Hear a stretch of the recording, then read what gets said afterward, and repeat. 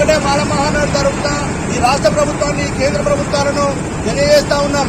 దళితులను, బీసీలను, అదేవిధంగా అణగారిన వర్గాలను విడగొట్టి అగ్రవర్ణాల కుట్రలో భాగంగానే ఈ విధంగా రాజ్యాధికారాన్ని వీళ్ళని దూరం చేయాలనే ఒక కక్షతోటి ఒక కుట్రలో భాగంగానే వర్గీకరణ అంశాన్ని ఈ రోజు తీసుకురావడం జరుగుతూ ఉన్నది.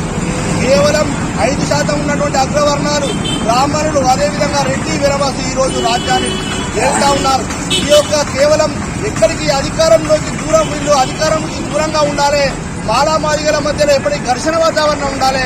ఘర్షణ వాతావరణం ఉంటేనే వీళ్ళు అధికారానికి దూరంగా ఉంటారని కక్ష కట్టినటువంటి పాలక ప్రభుత్వాలు, కేంద్రంలో ఉన్నటువంటి అదేవిధంగా బీజేపీ ప్రభుత్వం ముఖ్యంగా ఆ యొక్క సుప్రీంకోర్టులో వర్గీకరణ అనే అంశాన్ని అనుకూలంగా వర్గీకరణ చేయవచ్చు అనే విధంగా ప్రభుత్వము ఆ విధమైనటువంటి ఒక తప్పుడు సూచన ఇవ్వడంతో సుప్రీంకోర్టు కూడా అదే విధంగా తీర్పు ఇవ్వడం జరిగింది.